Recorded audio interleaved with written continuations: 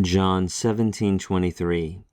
Ego in autois, kai su in emoi, hina, osen teteleomenoi eis hin.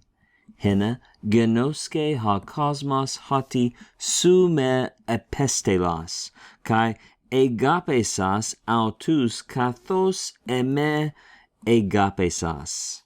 Here Jesus continues praying to the Father, and we're going to go very literally here in the order that we have. He says, I in them, that is in his disciples, and you, Father, in me, so that they might be perfected, resulting in one. In other words, for the purpose that they would be completely unified, that they might be, osen is the subjunctive of me there, that they might be perfected. This is a paraphrastic use of the participle where we have a form of me plus the participle. We look at the participle, it has reduplication, has that men morpheme. Remember when you have men sitting in the middle of the pew, being passive in the church, not doing their part. It's a middle passive. That men is a middle passive participle sound unit. So what we have here, we have a perfect middle passive participle, and within context it's passive, and it's nominative masculine plural.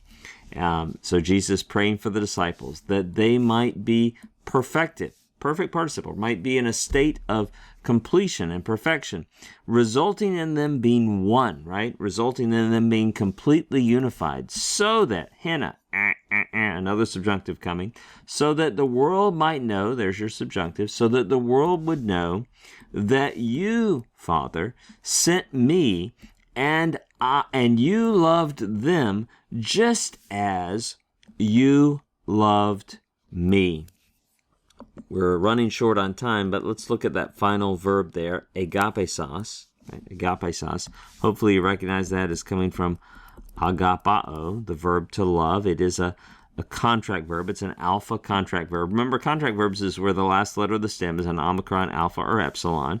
And whenever you add a tense formative up next to the contract vowel, it will, unless it's an oddity, unless there's used to be some other old letter there long ago, it will just automatically lengthen. So we're not surprised by that. The initial vowel is lengthened, so we say, well, in lieu of an augment, the initial vowel is lengthened. So we have an augment, we have a sigma. Oh, this is going to be aorist, and that's just second person singular ending. Aorist, active indicative, second singular. You loved, and there's your direct object right there. You loved me.